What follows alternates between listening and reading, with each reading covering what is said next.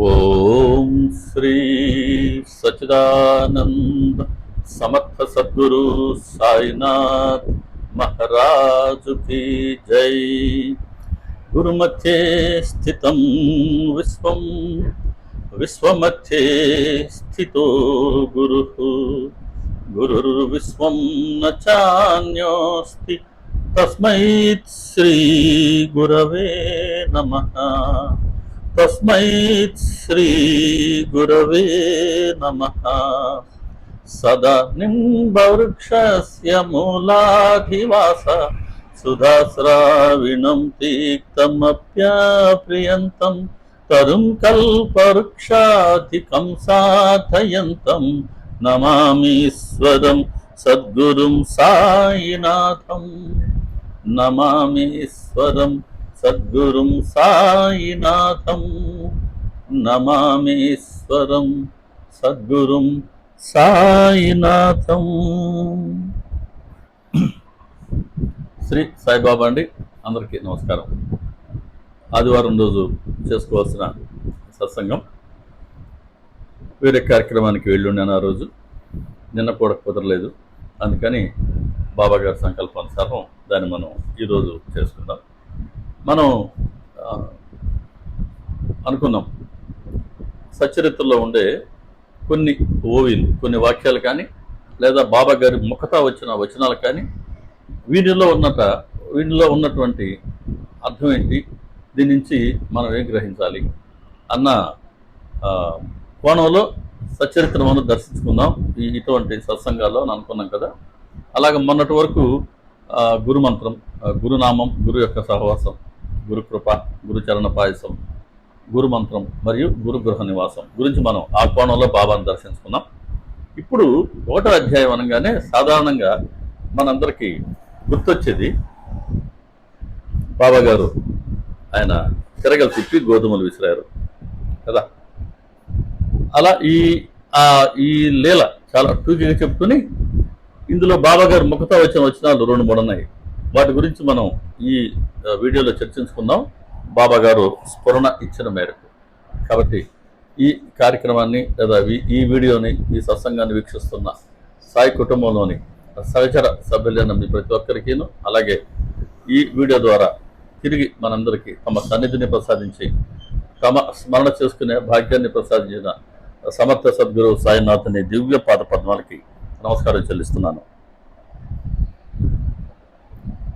1వ అధ్యాయం అనగానే బాబా గారు తిరగలి త్రిప్పుతూ గోధుమలు విసిన లీల మనందరికీ మన కళ్ళ ముందు గోచరిస్తుంది. సరే, హేమట్ పంత్ గారు చెప్తున్నారు. హేమట్ పంత్ గారికి అది ఆయన ప్రత్యక్ష సాక్షి, ఆయన స్వీయ అనుభవం అది. ఒకరోజు ఉదయమే ఈయన మసీదుకి వెళ్ళారు బాబా గారిని దర్శించుకుందామని. వెళ్ళేసరికి అప్పటికే బాబా గారు దంతధావనం చేసుకున్నారు. అంటే ఆయన దంతములు శుభ్రం చేసుకున్నారు, ముఖ ప్రక్షాళన చేసుకున్నారు. ఒక చేటను పుచ్చుకొని, గోధుమలు సంచింది కదా మసీదులో కనబడుతుంది కదా, బాబా గారికి తునిదురుగా బాబా గారు కూర్చొని ఉంటారు. బాబా గారికి రైట్ సైడ్ ఉంటుంది, తిరగలు ఉంటుంది. ఆ గోధుమలు ఒక బస్తాలో పోసి పెట్టుంటారు కదా. ఆ బస్తా వద్దకు వెళ్ళి ఆ చేటలో ఆయన ఒక డబ్బాతో గోధుమలు పోసుకున్నారు. వచ్చి మధ్యలో కూర్చున్నారు. ఒక గోనె సంచిని, గోనె పట్టాన్ని నేల మీద పరిచారు. తిరగల్ని దాని మీద ఉంచారు.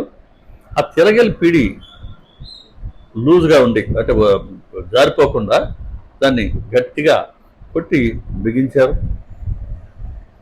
తిరగల ముందు బాబా గారు కాలు చాపి కూర్చున్నారు. కఫని చేతుల్ని ఇలా పైకి మడుచుకున్నారు. ఇలా ముందుకు వంగి ఆయన గోధుమలు విసురుతున్నారు. ఇది హేమట్ పంత్ గారు చూసింది.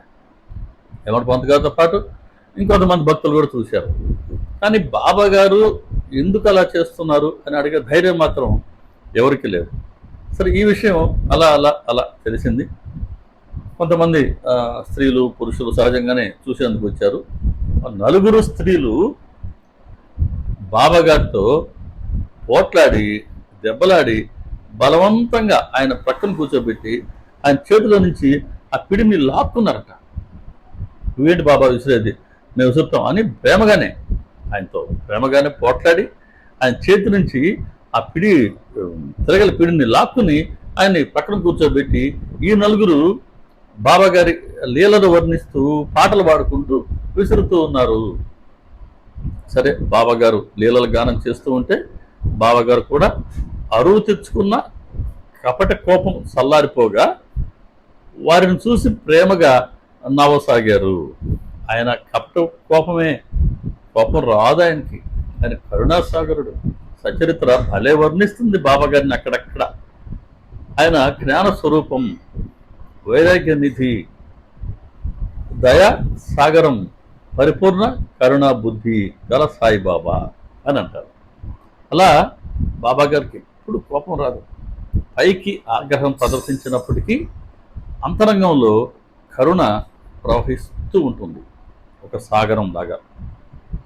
కాబట్టి అరువు తెచ్చుకున్న ఏంటి లాక్కుంటారా నా దగ్గర నుంచి అని ఆ అరువు తెచ్చుకున్న కపట కోపం చల్లారింది. బాబా గారి గుణాలు వర్ణిస్తూ వాళ్ళు పాటలు పాడుతునేసరికి ఇప్పుడు ప్రేమగా వారి వైపు చూసి నవ్వుతూ ఉన్నారు బాబా. సరే, ఈ నలుగురు 4 సేర్లు విసిరారట గోధుమలు. పిండి ఇంకా అయిపోవస్తుంది కదా, గోధుమలు అయిపోవస్తున్నాయి. ఇప్పుడు వీళ్ళ మనసులో ఆలోచన తరంగాలు నాట్యమాడసాగాయి. ఏమని? బాబా గారికి ఆయన పొట్ట ఎలా నింపుకునేవారు? రోజు భిక్షకు వెళ్ళి, తెలుసు కదా మనకది. రోజు ఒక 5 నియమిత స్థలాలకి లేదా ఇళ్ళకి ఆయన వెళ్ళేవారు. మా రోటీ బాపు రోటీ అనేవారు. ఆయా సందర్భాలలో ఆయా సమయంలో ఎవరు ఏది సమర్పిస్తే దాంతోనే కదా ఆయన పొట్ట నింపుకున్నారు.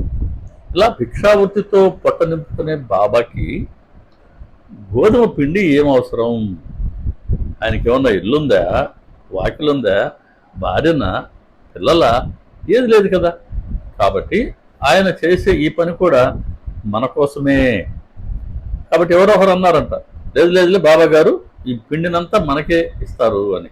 ఇంకేంటి, ఆ అమ్మాయి ఆ మాట అనింది.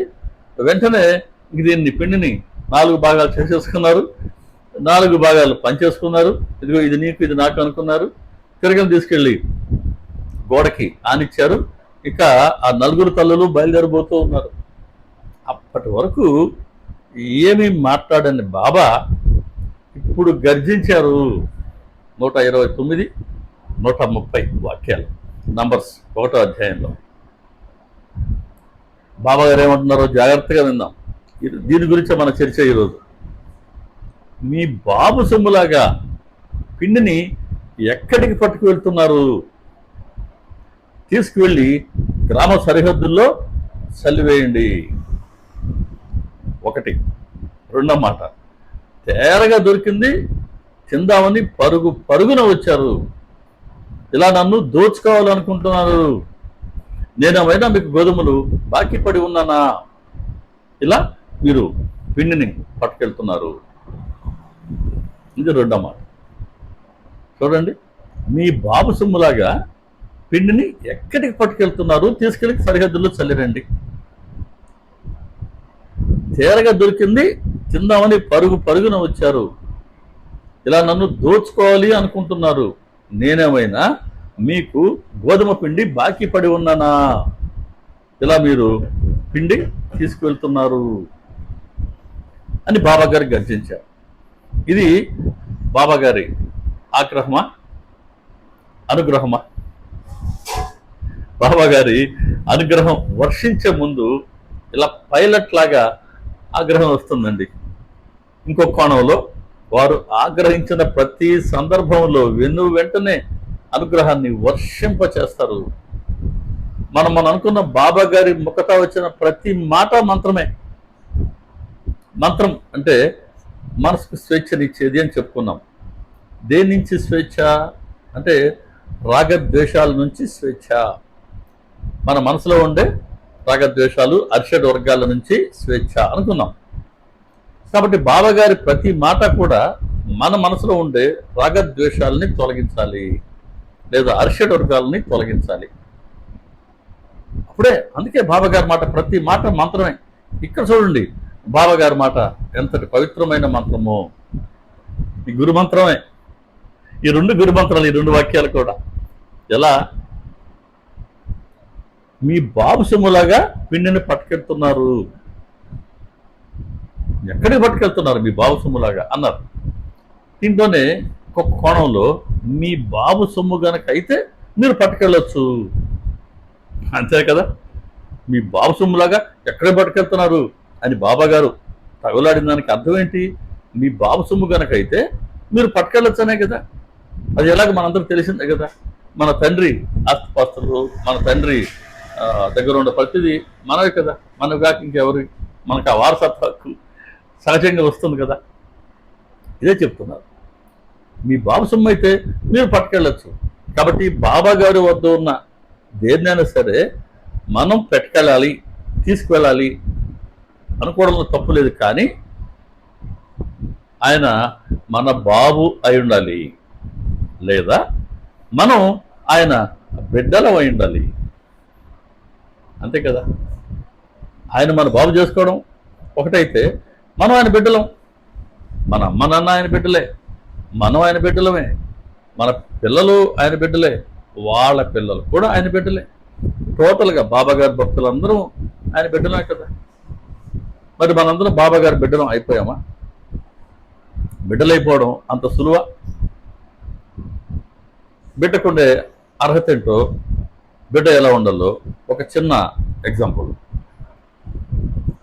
ఒక మంచి తల్లి కాస్త యాచకులకు వాళ్ళకి కాస్త ఉదారంగా దానం చేసే మంచి గుణం ఉన్నటువంటి ఒక గృహిణి ఇంట్లో తినుబండారాలు తయారు చేస్తుంది, చేసింది. ఎవరో వీధిలో పోయి యాచకుడు వచ్చారు, అమ్మా ఏమన్నా ఉంటే పెట్టమ్మా. దయాగుణం కలిగినటువంటి తల్లి కాబట్టి, గృహిణి కాబట్టి వెళ్ళి తినుబండారాలు, గారెలు అనుకోండి, పురుగులు అనుకోండి, వెళ్ళి ఒకటో రెండో ఇచ్చి వచ్చింది. అంతకన్నా ఎక్కువ ఇస్తుందా? పోనీ అతనైనా అంతకన్నా ఎక్కువ అడగగలడా? పోనీ అడిగినా కూడా అంతకన్నా ఇవ్వగలదా? పోయిరా అని అంటారు కదా సహజంగా. డొక్కా సీతమ్మ గారి సంగతి వేరు, సాధారణంగా గృహిణుల సంగతి చెప్తుంది. అది కూడా దయాగుణం కలిగినటువంటి స్త్రీ గృహిణి కాబట్టి రెండిచ్చింది తల్లి. సరే వెళ్ళాడు, బిడ్డ బయటికి వెళ్ళాడు, ఆడుకున్నాడు, ఇంటికి వచ్చాడు. ఇప్పుడు 4 గారెలు తీసుకొచ్చింది, దగ్గర కూర్చొని తినిపించింది. కొసరి ఇంకో గారె తినిపించింది. ఇక్కడ పిల్లాడు అడగలేదు. పిల్లవాడు అడగకపోయినప్పటికీ తల్లి ప్రేమగా కొసరి దగ్గరుండి తినిపించింది. కారణం ఏంటి? పిల్లాడి కోసమే తను చేసింది, ఇంకెవరి కోసం చేసింది? తను తినాలని కాదు కదా. తను చేసిందంతా, తన దగ్గర ఉన్నదంతా పిల్లాడు తినాలంతే. పిల్లాడు ఎన్ని తింటే తల్లికి అంత సంతోషం. బా బిడ్డ ఎన్ని తిన్నాడు ప్రేమగా. కానీ ఇంకో రోజు కూడా ఆ బిడ్డ ఇష్టంగా తింటే, ఏ వస్తువును తింటాడో, ఏ పదార్థాన్ని తింటాడో బిడ్డ, అదే పదార్థం తల్లి ప్రేమగా తయారు చేసి కొసరి తినిపిస్తుంది. తల్లులు అలా ఉండబట్టే మనందరం కూడా ఓవర్ వెయిట్లుగా ఉంటాం. ఇది తల్లులందరికీ ప్రేమతో, వాళ్ళ పట్ల ప్రేమతో చెప్తున్నటువంటి మాట. సహజంగానే తల్లి ప్రేమ మనకు ఓవర్ వెయిట్ చేస్తుంది. ఎక్కువ అవసరాన్ని మించి తల్లి పెడుతూనే ఉంటుంది, బిడ్డ తింటే మంచిది అని. ఇప్పుడు ఇక్కడ బిడ్డ అడగలేదు, గమనించండి, కానీ యాచకుడు అడగాల్సి వచ్చింది. కాబట్టి మనం బాబాగారి బిడ్డలుగా ఉండాలా అని అంటే యాచించాలనా, లేదా యాచించకుండా ఉండాలనా? యాచిస్తే యాచకుడే, 1-2 గారెలు వచ్చినాయి అంతే. కానీ బిడ్డకి తల్లి వద్ద ఉన్నదంతా బిడ్డదే, బిడ్డ కోరాల్సిన పనే లేదు ఇక్కడ. ఇదే బాబా గారు చెప్పారు, తల్లికి తగ్గ బిడ్డలుగా ఉండండి అంటారు బాబా. 32వ అధ్యాయంలో ఆయన అంటే తల్లికి తగ్గ బిడ్డలుగా మనం ఎలా ఉండాలో చెప్తున్నారు. వాడు గురువు, బాబా గారి గురువు ఉన్నారు లేరు అని పక్కన పెడతాం. బాబా గారు చెప్పిన మాట, నా గురువు నన్ను తీసుకో అన్నారు. ఆయన గురువు, ఆయన యజమాని ఆయనకి ఒక మంచి వస్త్రాలు ఇచ్చారు, ఒక తలపాగా ఇచ్చారు, కప్పుకొరకు శాలువ ఇచ్చారట. కానీ ఆయన వీటిలో దేన్ని ఉపయోగించుకోకుండా అన్నిటిని మూటగట్టి పైన పెట్టేశారట. అంటే గురువు ఇచ్చిన దాన్ని దేన్ని అయినా వాడుకోలేదు. అది అతి పవిత్రంగా భద్రపరచుకోవాలి. అంటే గురువు ప్రేమని, గురువుకు మన పట్ల ఉన్న దయని, ప్రేమగా ఆ కరుణని మనం అనుభవించాలి, కానీ దాన్ని మన స్వార్థం కోసం ఉపయోగించుకోకూడదు అని ఇక్కడ బాబా చెప్తున్నటువంటి మాట. సరే, బాబా గారి వద్దకు వచ్చేవాళ్ళు ఎలా ఉన్నారు అంటే తే తే తే అంటున్నారు. ఎవ్వరూ నా మాటను లక్ష్య పెట్టరు. జాగ్రత్తగా నుండి మిత్రులారా, 32 అధ్యాయంలో బాబా చెప్పిన మాట, ఎవ్వరూ నా మాటను లక్ష్య పెట్టరు, ఒక్కరైనా సరిగ్గా వినరు అని ఎంత ఆవేదన భరితంగా బాబా గారు చెప్పారో ఆ మాట. అసలు గుండె తోల్చివేస్తుంది. నిజమే కదా. బాబా గారి, మనం అనుకుంటున్నాం బాబా గారి ప్రతి మాట మంత్రం అనుకుంటున్నాం. సచరిత్ర నిండి ఉన్నది బాబా గారి వచనాలే. ఎన్ని వచనాలని మనం ఎరుకులో ఉంచుకొని, గుర్తుంచుకొని మనం ఆచరిస్తున్నాం, లక్ష్య పెడుతున్నాం. ఇప్పుడు చెప్పుకోవడం వినడం కాదు కదా లక్ష్య పెట్టడం అంటే, ఆచరిస్తేనే కదా. ఎన్ని ఆచరించగలుగుతున్నాం? అదే అన్నాడు బాబా, ఎవరు నా మాటను లక్ష్య పెట్టడం లేదు, ఒక్కరైనా సరిగ్గా వినరు. అబ్బా బాబా, నిజమే. ఎన్నో బలహీనతలు మీరు ఇంత ప్రేమగా, ఇంత దయతో, కరుణతో దగ్గర కూర్చోబెట్టుకుని ఇంతగా చెప్తున్నప్పటికీ మాలో ఉన్న ప్రాపంచికత, మాలో ఉన్న అహంకార మమకారాలు మీరు చెప్పిన మాటని ఆచరించేందుకు మమ్మల్ని దూరంగానే ఉంచుతున్నాయి. మీ మాట అక్షరాల నిజం బాబా. దయచేసి బాధపడొద్దు. మీ దయను, కరుణను, ప్రేమను మా మీద ప్రసరిస్తూనే ఉండండి. క్రమక్రమంగా మాలో ఆ మార్పును తీసుకురావాల్సింది మళ్ళీ చివరికి మీరే. మీ స్కూల్లో మేము అందరం అడ్మిట్ అయినాం. మా అందరికీ మీరు అడ్మిషన్ నంబర్స్ ఇచ్చేశారు. కాబట్టి క్రమక్రమంగానైనా మమ్మల్ని సరిదిద్దవలసిన బాధ్యత మీ శరణముల వద్దే ఉన్నాయి తండ్రి. కాబట్టి ఆయన బిడ్డలుగా ఆయన వచ్చే వాళ్ళందరూ కూడా ఆయన్ని తేని అడుగుతున్నామట. కానీ ఆయన మాత్రం గురువు గురువు ఇచ్చినవి కూడా ఆయన తీసుకోమన్నా కూడా గురువు ఇచ్చినవి అనేది ఉపయోగపెట్టుకోలేదు. కాబట్టి బాబా గారిని అల్టిమేట్గా మనం గ్రహించాల్సింది ఏంటంటే, ఇప్పుడు ఆ 4 స్త్రీలు ప్రేమగా సేవ చేశారు. ఎంత మంచి అవకాశం. సాక్షాత్తు పరబ్రహ్మ ఆయన ప్రేమతో దెబ్బలాడి పక్కన కూర్చోబెట్టి ఆయన చేసే పని వీడు చేశారు. అది బాబా గారికి ఇచ్చేసి ఉంటే ఆయన ఎందుకు విసరమన్నారో, విసురుతున్నారో ఆయనకి తెలుసు, మనకేం తెలుసు.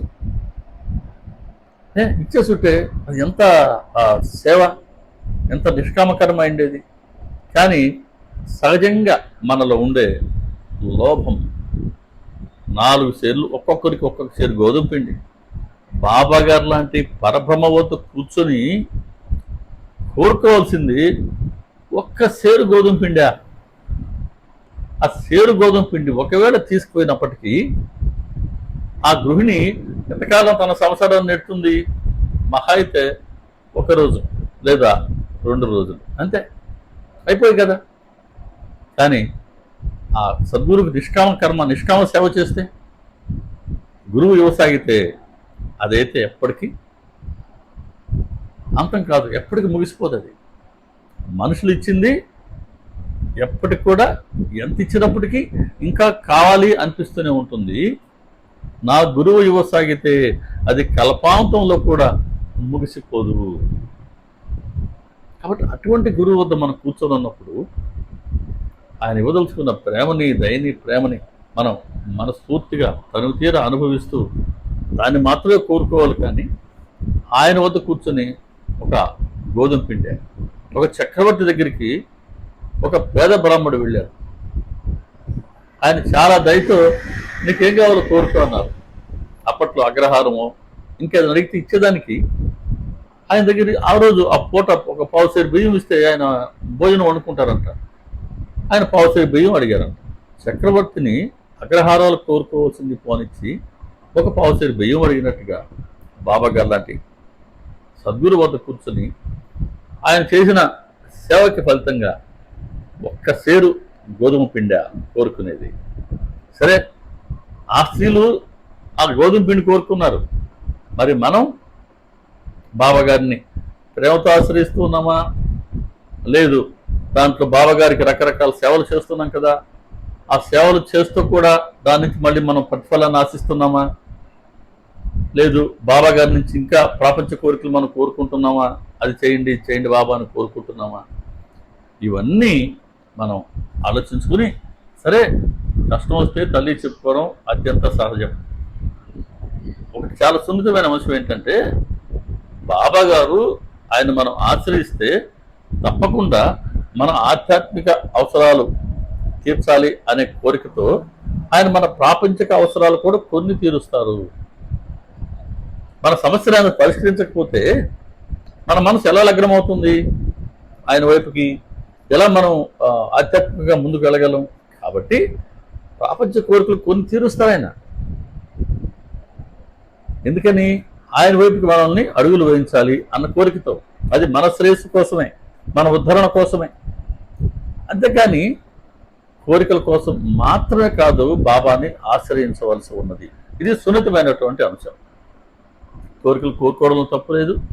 బాబాను కాబట్టి ఎవరిని అడుగుతాం? మన బాధ్యత అంతా విడిచిపెట్టాం ఆయన పాదాల వద్ద. ఓకే, మన భారాన్ని ఆయన మోసారు, మోస్తున్నారు. కానీ కేవలం ప్రాపంచిక కోరికల కోసం మాత్రమైతే కాదు కదా. దీన్ని మనం గ్రహించాలి. ఇదే చెప్పారు బాబా అక్కడ. మీ బాబు సొమ్ములాగా ఎక్కడ తీసుకెళ్తున్నారు? ఆయన మనం బాగు చేసుకుంటే, మనం ఆయన బిడ్డలం అయితే ఆయన దగ్గర ఉన్నదంతా మనకే కదా. ఏం చెప్పారు బాబా గారు? నా వద్ద అక్షయమైన నిధి ఉంది, అది పొంగి అక్షమ నిధి, అది పొంగి పొరలిపోతూ ఉందండి. బండు కట్టుకొని గోపాలు తీసుకొచ్చి త్రవ్వుకొని పొండి మీకు ఎంత కావాలంటే అంత అని అంటే ఒక్కరు కూడా రావడం లేదు. బండికి మనమే కట్టుకెళ్ళాలి, గుణపాలు మనమే తీసుకెళ్ళాలి, మనకెంత కావాలో మనమే త్రవ్వుకోవాలి. ఇచ్చేందుకైతే ఆయన సిద్ధం. ఇచ్చేందుకు అంత సిద్ధంగా ఉన్నప్పటికీ ఎవరూ రావడం లేదండి.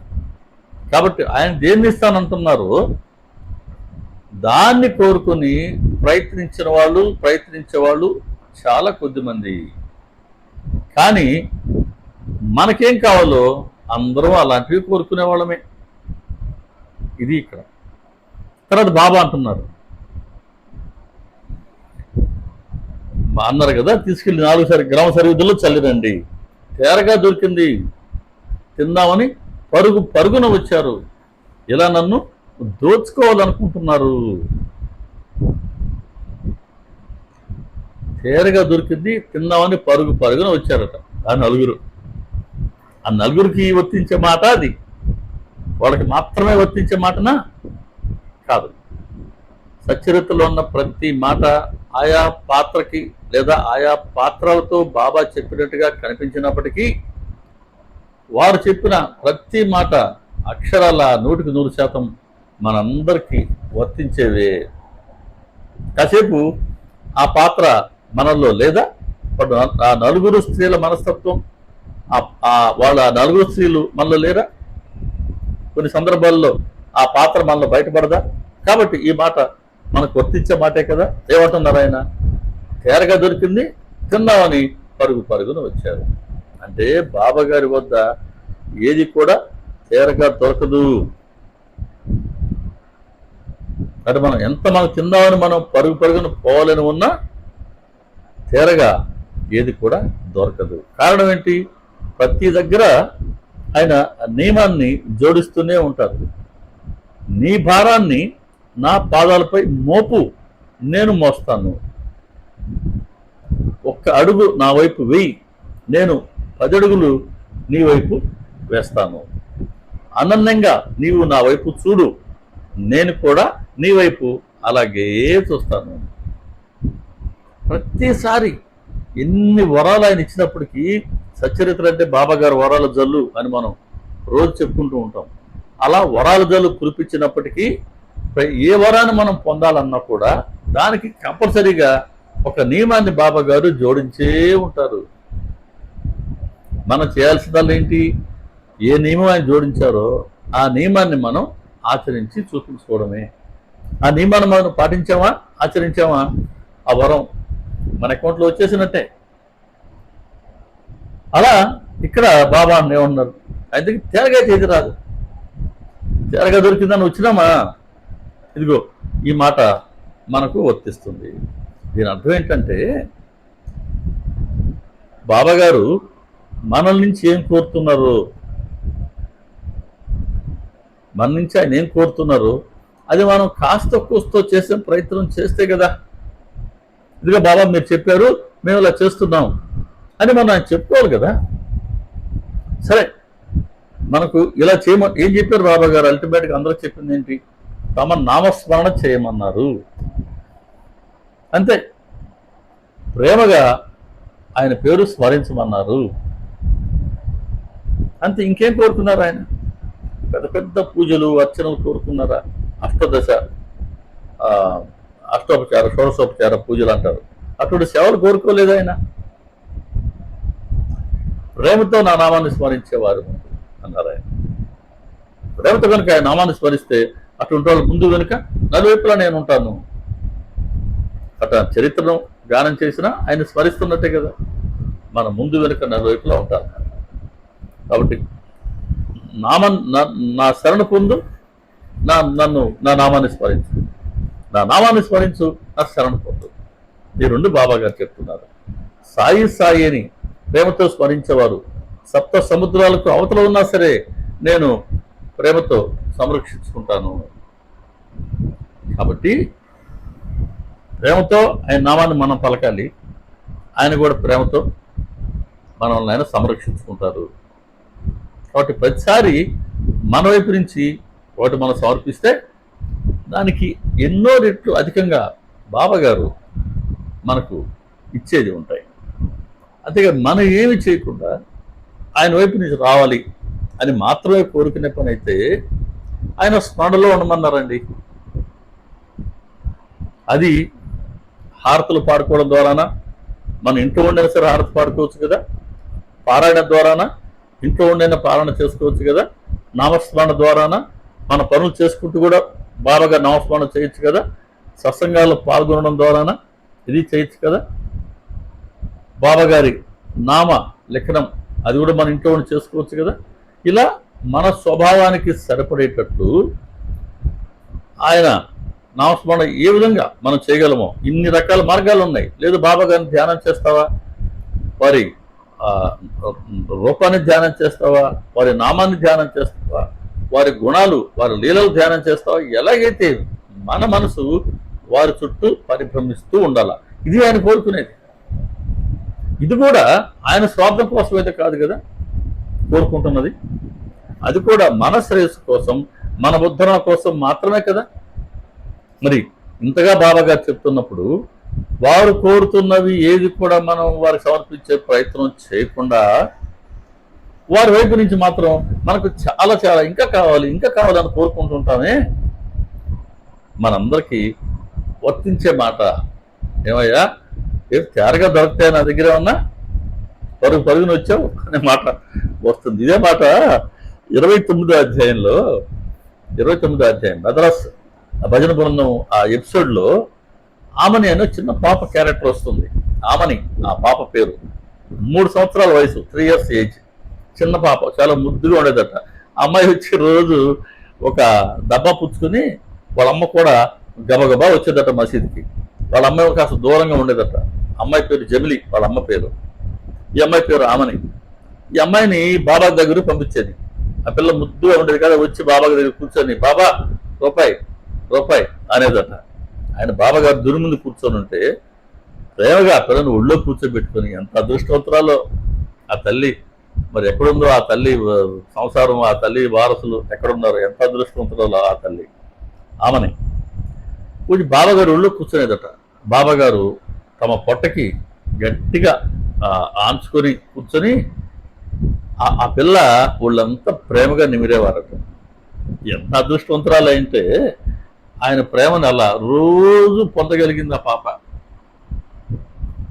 సరే, ఎప్పుడు బాబా గారి జోబు మీదనే కన్ను పెట్టేదట. ఈయన ఎప్పుడు జోబులో చేయబెట్టి రూపాయి ఇస్తాడు అని చూస్తూ ఉండేదట.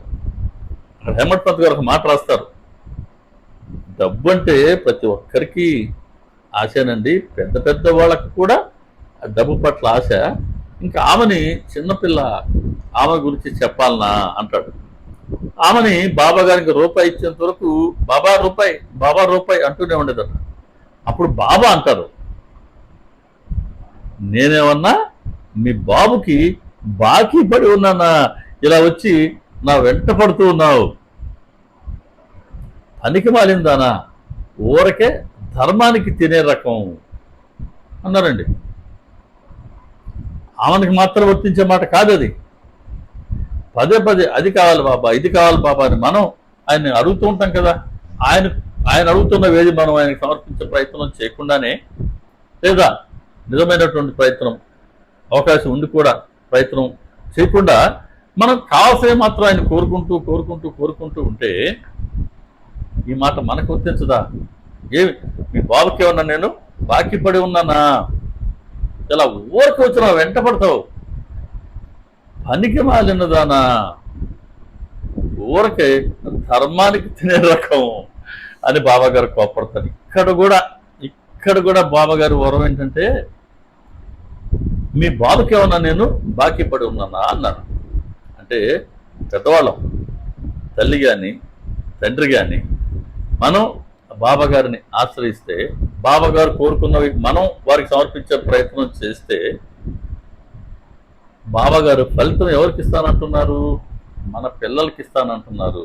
కాబట్టి ప్రతి తల్లిదండ్రులు ఈ మాట గుర్తుంచుకుంటే మనం మన దగ్గర ఉన్నవన్నీ పిల్లలకి ఇస్తున్నాం.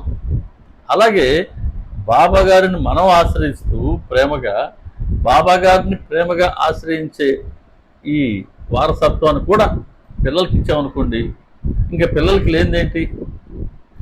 మనం ఇచ్చేది పరిమితం, మనం చేయగల సేవ చాలా పరిమితం.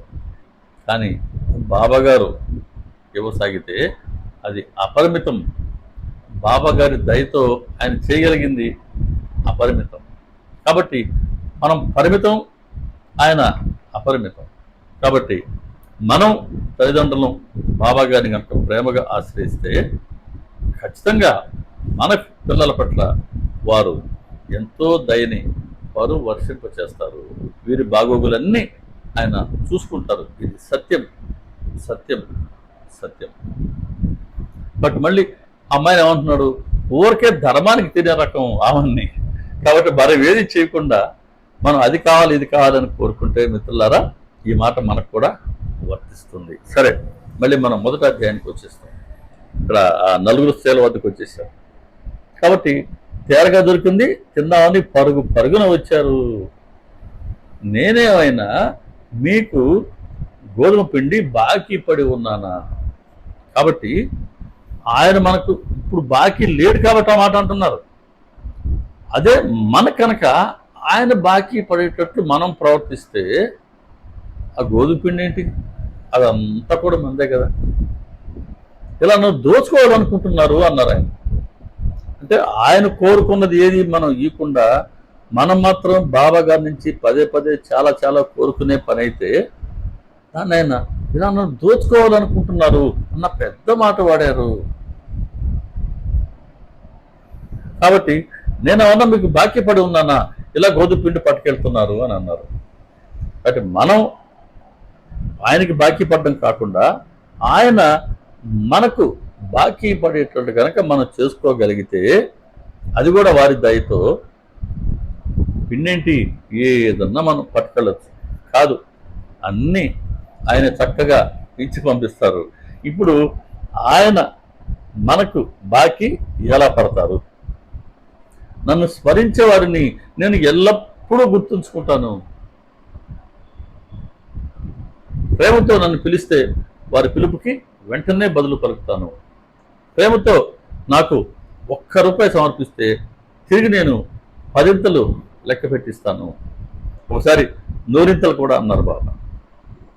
అలాగే నాకు అర్పించకుండా, తినకుండా, రసాస్వాదన చేయకుండా నా స్మరణలో ఉండేవారిని, వారికి నేను రుణపడి ఉంటాను, వారిని ఉద్ధరిస్తాను. వారి అధీనంలో నేను ప్రవర్తిస్తాను. ఎవరైతే ఎల్లప్పుడూ నా అనన్య శరణ చూచి నా స్మరణలో ఉంటారో అటువంటి వారికి నేను రుణపడి ఉంటాను. ఆయన రుణపడి ఉంటా అన్నాడు. మనం ఆయన స్మరణలో ఉంటే చాలు, ఆయన మనం శరణ చూచితే చాలు. అదిగో ప్రతి ఒక్క విషయం అంటే కేవలం జిహ్వకు సంబంధించిన తినే పదార్థం మాత్రమే కాకుండా 24వ అధ్యాయాన్ని చెప్పినట్టుగా విషయ పంచకాల్లో దేన్ని మనం పొందాలి అని మనం కోరుకుంటున్నప్పటికీ మన ప్రక్కనే గురువు ఉన్నారు కదా అని వారిని గుర్తుకు తెచ్చుకుని ముందుగా వారికి సమర్పిస్తే అది బాబా గారికి సమర్పించతగినదా అని మన మనసుకు స్పష్టత వస్తుంది. సమర్పించతగినవి సహజంగా వాటి పట్ల మన మనసులో ఉండే ఆ ఆసక్తి క్రమేణా తొలగిపోతుంది. అలా ఒక చెడు వ్యసనం, దుర్వ్యసనం తొలగిపోతుంది. బాబా గారికి సమర్పించతగిన వస్తువు అయితే ఎంతో ప్రేమగా ఆయన దాన్ని స్వీకరిస్తారు. ఇలా ప్రతి విషయంలోనూ మనం బాబా గారిని స్మరించుకుంటూ కనుక మనం కర్మలు ఆచరిస్తూ ఉంటే, మనం వారి స్మరణలో ఉంటే, మన మనోవృత్తులు వారి వైపు మనం మరలించే ప్రయత్నం చేస్తూ ఉంటే ఖచ్చితంగా ఆయన మనకు రుణపడి ఉంటారు. ఆయన స్మరించే వారికి ఆయన రుణపడి ఉంటా అన్నారు. వారిని ఉద్ధరించి నేను నా రుణం తీర్చుకుంటాను. ఆయన చరిత్రను గానం చేస్తే చాలట, ఆయన చరిత్రను మననం చేస్తే చాలట, శ్రవణం చేస్తే చాలట, వాళ్ళందరికీ ఆయన రుణపడి ఉంటాను అంటున్నారు. కాబట్టి ఆయన అవతరించిందే మనం ఉద్ధరించడానికి. ఆ ఉద్ధరణ కోసంగా కాస్త మన వైపు నుంచి ఆయన మనకు రుణపడి ఉండేటట్టుగా చేసుకునే ఇన్ని కార్యక్రమాలు చెప్పారు. ఇన్ని రకాలుగా మనం ప్రేమతో ఆయన మనకు రుణపడి ఉండేలాగా చేసుకోవచ్చు. అలా చేసుకుంటే ఈ మాట మనకు వర్తించదు కదా. నేనన్నా మీకు భాగ్యపడున్నా గోధుమపిండి పట్టుకెళ్తున్నారు అనే మాట రాదు కదా. అవునయ్యా, ఇదిగో మీరే చెప్పారు, మేము చెప్పింది కాదు, మీరే మాకు రుణపడి ఉంటానన్నారు అని మనం చెప్పగలగాలి. అది కూడా ప్రేమతో, స్వార్థంతో కాదు. నాకు ₹1 ఇస్తే నేను ₹10 ఇస్తాను అని బాబా గారు అన్నారంటే ఖచ్చితంగా ఇస్తారు. కాకుంటే మనం వెళ్ళి ఈరోజు ఒక మందిరానికి వెళ్ళి హుండీలో ₹10 సమర్పించి తిరిగి వచ్చి మెట్ట మీద కూర్చొని నాకు ₹10 ఎప్పుడు వస్తాయా అని గుడి మూసే వరకు మనం వెయిట్ చేద్దామనే అలా అనుకోదు. ఒకటికి ₹10 10 ఇస్తారు. 1 యూనిట్ మనం సమర్పిస్తే తిరిగి ఆయన 10 యూనిట్లు ఇస్తారు లెక్క పెట్టి. కానీ ఎప్పుడు ఇవ్వాలి, ఎలా ఇవ్వాలి, ఏ రూపంలో ఇవ్వాలి, ఎవరి ద్వారా ఇవ్వాలి అనేది తిరిగి అది వారి ఇష్టం. ఇస్తారు. వారు ఎప్పుడు ఇస్తారో వారికి అనుగ్రహం కలిగినప్పుడే. వారికి అనుగ్రహం ఎప్పుడు కలుగుతుంది? మన వంతు వచ్చినప్పుడు, ప్లస్ మన సేవ ఫలించింది అని గురువు తలచినప్పుడు. అప్పుడు గురువు విదల్చుకుంది ఆయన గురువు ఇస్తారు. అప్పటి వరకు మనం ఫలితాన్ని ఆశించకుండా బాబాగారి పట్ల ప్రేమతో, శ్రద్ధతో, నిష్ఠతో, సబూరితో ఆయన మనం సేవించుకుంటూ ఉండవలసిందే. అంతవరకే ఫలితం ఇచ్చేవారు వారు. శ్యామ ఇదే మాట చెప్తాడు 36వ అధ్యాయంలో. ఔరంగాబాద్ ఒక భర్త, ఒక భార్య, అంటే 2 భార్యలు ఉంటారు ఆయనకి. మొదటి భార్య సంతానం లేకపోతే ఆ తల్లి వస్తుంది కదా, ఆయన పేరు గబక్కని స్ట్రైక్ అవ్వలేదు, గుర్తు రాలేదు. ఔరంగాబాద్ గారు కాదు, ఆయన వేరే పేరు. ఆవిడ వచ్చి దాదాపు కొన్ని నెలల పాటుగా షిరిడీలో ఉంటుంది. వచ్చి బాబా గారి వద్ద ఎవరు లేనప్పుడు వెళ్ళి శ్యామకు చెప్తుంది, శ్యామ మీరు వెళ్ళి బాబా గారి దగ్గర ఎవరు లేనప్పుడు నా సమస్య చెప్పండి, సంతానాన్ని అనుగ్రహించమని చెప్పండి అని చెప్తే, ఇప్పుడు శ్యామ అంటాడు ఈ మాట, అమ్మా ఇక్కడికి మసీదు అందరికీ ఎప్పుడు ఎల్లవేళలా తెరచే ఉంటుంది. ఆయన వద్దకు ఎప్పుడు దర్శనం కోసం వస్తూనే ఉంటారు, పోతూనే ఉంటారు. కాబట్టి మీరు చెప్పారు మీ సమస్యను తెలియచేయమని, నా ప్రయత్నం నేను చేస్తాను. కానీ ఫలితం ఇచ్చేవారు, శుభాలు కలిగించేవారు, అందరిని రక్షించేవారు మాత్రం ఆయనే. కాబట్టి నా ప్రయత్నం నేను చేస్తాను అంటారు. అట్లా మన ప్రయత్నం మనం చేయాల్సిందే. ఫలితం ఎప్పుడు ఇవ్వాలా, ఎలా ఇవ్వాలా, ఏ రూపంలో ఇవ్వాలా, ఎవరి ద్వారా ఇవ్వాలా అన్నది నిర్ణయించేది సద్గురువు మాత్రమే. కాబట్టి మనం మన ప్రవర్తన బాబాగారు ప్రేమని మనం గెలుచుకుంటూ ఆయన మనకు రుణపడి ఉండేలాగా చేసుకుంటూ ఉంటే, చాలా సింపుల్గా చెప్పారు బాబా గారు, నన్ను ఎల్లప్పుడూ నన్ను స్మరించండి, మీ మనసులో ఎటువంటి కోరికలు లేకుండా నిష్కామంగా నన్ను ఆరాధించండి, మీరు కృతకృత్యులు అవుతారు, మీకు శుభం కలుగుతుంది 25వ అధ్యాయంలో. కాబట్టి ఆయన మాటలు మనం స్మరిస్తూ ఉండాలి. మన మనసులో ఎటువంటి ప్రాపంచిక కోరికలు లేకుండా నిష్కామంగా ఆయన్ని ఆరాధించాలి. ఆరాధిస్తే మీరు కృతకృత్యులు అవుతారు, మీకు శుభం కలుగుతుంది. ఇంకేం కావాలి? మనకు శుభం కలగాలనే కదా మనం కోరుకునేది. నువ్వు కోరుకోకపోయినా కూడా నేను శుభం కలిగిస్తాను అంటున్నారు. మన అవసరాలు ఏంటో మనకన్నా బాబాగారికే బాగా తెలుసు. ఇప్పుడు తిరగలితో ఆయన గోధుమలు దేనికి విసిరారు? షిరిడీలో ఉన్నటువంటి ప్లేగు వ్యాధిని పారద్రోలాలి అని. వాళ్ళు కోరుకున్నారా? కాదు. బాబాగారే ఈ నలుగురు స్త్రీల ద్వారా విసిరినటువంటి ఈ గోధుమ పిండిని తీసుకెళ్ళి వాళ్ళ ద్వారానే, అంటే వాళ్ళు ఒక స్వార్థంతో లోభంతో గోధుమ పిండి పట్టుకెళ్ళాలి అనుకున్నప్పటికీ వారి మీద ఆగ్రహాన్ని ప్రదర్శించి వారి ద్వారానే గ్రామ సరిహద్దుల్లో ఆ గోధుమ పిండి చలింపు చేశారు బాబా. అలా చల్లించడం ద్వారా తిరిగి ప్లేగు వ్యాధి ఊర్లో ప్రవేశించకుండా ప్లేగు వ్యాధి కనుమరుగైపోయింది. అలా అప్పట్లో షిరిడి గ్రామాన్ని, షిరిడి ప్రజలను ఆయన ఆ కలరా లేదా ప్లేగు వ్యాధి నుంచి ఆయన కాపాడుకున్నారు. అటువంటి దయాగుణం ఉన్నటువంటి బాబా గారి లీలని, ఈ లీలకి ప్రత్యక్ష సాక్షి మన హేమంత్ పంత్ గారు. కాబట్టి ఈ కలరా వ్యాధి నుంచి షిరిడిని కాపాడుకున్న ఆ లీలతో ప్రారంభమైంది మొదటి అధ్యాయం. సాధారణంగా సచరిత్ర ప్రత్యేకత ఏంటి అంటే, ఎవరి గురించి అయినా ఆ గ్రంథకర్త రాసేటప్పుడు ఆ మహాత్ముడు ఎక్కడ జన్మించారు, ఎవరికి జన్మించారు, వారి వంశవృక్షం, ఇలాంటి విషయాలతో ప్రారంభమవుతుంది. ఆయన జన్మించేందుకు ముందు జరిగినటువంటి విశేషాలు వాళ్ళ ఇంట్లో, వీటి గురించి వివరిస్తూ చెప్పుకొస్తారు, రాస్తారు కదా. కానీ ఇక్కడ సచరిత్ర ప్రత్యేకత ఏంటి అంటే, కర్త హేమంత్ పంత్ గారు, ఆయన ఆ గ్రంథకర్త అనాసర్ దబోల్కర్, ఆయన తను బాబా గారి లీలను ప్రత్యక్షంగా చూసి, తను ప్రత్యక్షంగా చూసిన లీల ద్వారా ఆ గ్రంథాన్ని ఆయన రచించారు. కాబట్టి సచరిత్ర ప్రత్యేకత ఇదే. ఒక అద్భుతమైనటువంటి లీలతో ప్రారంభమవుతుంది సచరిత్ర. హేమంత్ పంత్ గారు చెప్తారు, దయాగుణం బాబాది అని.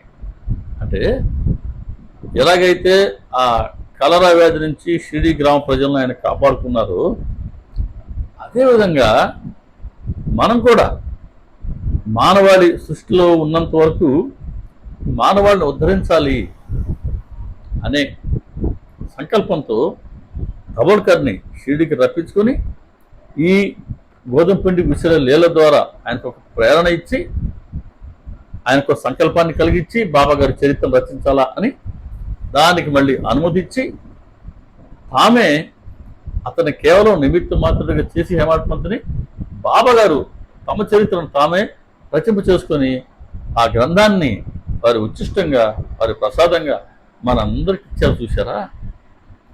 మన ఉద్ధరణకి ఆయన ఇచ్చినటువంటి ఆయన ప్రసాదం సచరిత్ర. ఇది ఆయన దయాగుణం.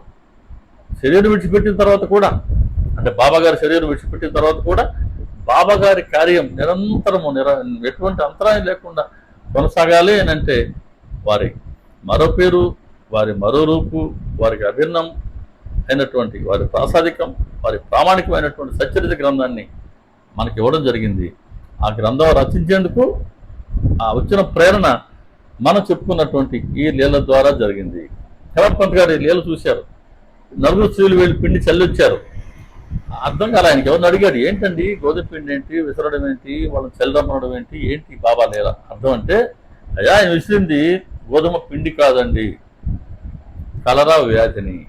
చూడండి, కలరా వ్యాధికి షిరిడీలో త్వరలో కనిపించదు అని అన్నారు.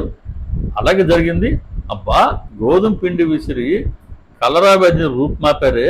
ఇటువంటి బాబా గారి చరిత్రను గనక మనం గ్రంథస్థం చేస్తే, నేను చూసినట్టు, విన్నది విన్నట్టు విశదంగా కనుక తెలియచేస్తే ఇది భక్తులకి మంచి సుబోధప్రదమవుతుంది, వారి పాపకర్మ నశిస్తుంది అని బాబా గారి చరిత్రని రాయాలి అని ఈయన మనసులో ఒక సాగరంపై లేచే తరంగాలలాగా ఈయన మనసులో ప్రేమ తరంగాలు ఉప్పొంగాయి. ఆ ఉప్పొంగిన ప్రేమ తరంగాలే బాబా గారు అనుమతి తీసుకుని ఇది అక్షర రూపంలో ఈరోజు మనకు సచ్చరిత్ర రూపంలో మన వరకు వచ్చాయి, వస్తూనే ఉంటాయి మానవాళి ఉన్నంత వరకు. అలా బాబా గారి ఆ నలుగురు స్త్రీల పట్ల ఆయన ప్రదర్శించిన ఆగ్రహం వారిలోని లోభాన్ని వాళ్ళకి అర్థమయ్యేటట్టు చేసింది. లోభమే కదా అది, గోధుమ పిండి వాళ్ళది కాదు. బాబాగారి పాటికి బాబాగారు విసురుకుంటున్నారు, మనవాళ్ళు విసురుకుంటున్నామనంటే దాన్ని నిస్వార్థంగా చేసి రావాలా. అంతేగాని ఆయన పిండి ఆయన కోరకుండా మనమే సేవ చేసిన తర్వాత ఆయన తీసుకెళ్ళండి అని ఆయన నోటుకుండా రాకముందే మనమే భాగాలు పంచుకుంటే ఇది అత్యంత లోభం కదా. కాబట్టి ఆ బాబాగారి మాటలు వాళ్ళలో ఉన్న లోభాన్ని వాళ్ళకి తెలియజేశాయి. అలాగే సచ్చరిత్రలో ఉండే ప్రతి లీల, బాబాగారి ప్రతి చర్య, బాబాగారి ప్రతి మాట మనలో ఉండే అవగుణాలని మనకు తెలియజేస్తాయి. వీటిని తొలగించుకుంటే బాబాగారి వైపు మనం అడుగులు వేసిన వాళ్ళు అవుతాం. తొలగించుకోలేదా బోర్లించిన కొండ మీద నీళ్ళు గుమ్మరించినట్లే అవుతుంది. కాబట్టి మనం ఎరుకులో ఉంటూ బాబాగారు మనకేం చెప్తున్నారో వాటిని గ్రహిస్తూ సచ్చరిత్ర ద్వారా బాబాగారు చెప్పిన మాటని ఆచరించే ప్రయత్నం చేద్దాం. వారి బోధానుసారం మనం మన ప్రవర్తన సరిచేసుకుంటూ ఆ మార్గంలో నడిచే ప్రయత్నం చేద్దాం.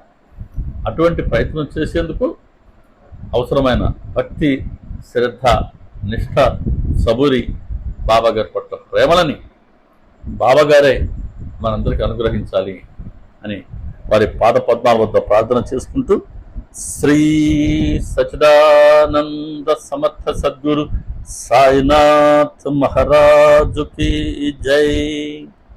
సర్వే జనా సుఖినో భవంతు, లోకా సమస్త సుఖినో భవంతు, సమస్త సన్మంగళాని భవంతు. ఓం శాంతి శాంతి శాంతి. సర్వం శ్రీ సాయినాథార్పణమస్తు. శుభం భవతు. ఓం తత్సత్. ఇదండి నేటి సత్సంగం. తిరిగి గురువారం బాబాగారు స్ఫురణ ఇచ్చిన మేరకి ఇంకొక అంశాన్ని మనం దర్శించుకుందాం. ఎలాగైనా సరే తిరిగి సచ్చరిత్ర ద్వారా బాబాగారిని వారిని స్మరించుకుంటూ వారిని దర్శించుకునే ప్రయత్నమే కదా మన సత్సంగాలన్నీ కూడా. కాబట్టి ఇంకొక వీడియోలో ఇంకో సత్సంగంలో గురువారం కలుద్దాం. ఇతర సాయి భక్తులకి మన ఛానల్ని పరిచయం చేయండి. ఇంకో కార్యక్రమంలో అందరూ కలుసుకుందామండి. అందరికీ నమస్కారం. శ్రీ సాయిబాబా.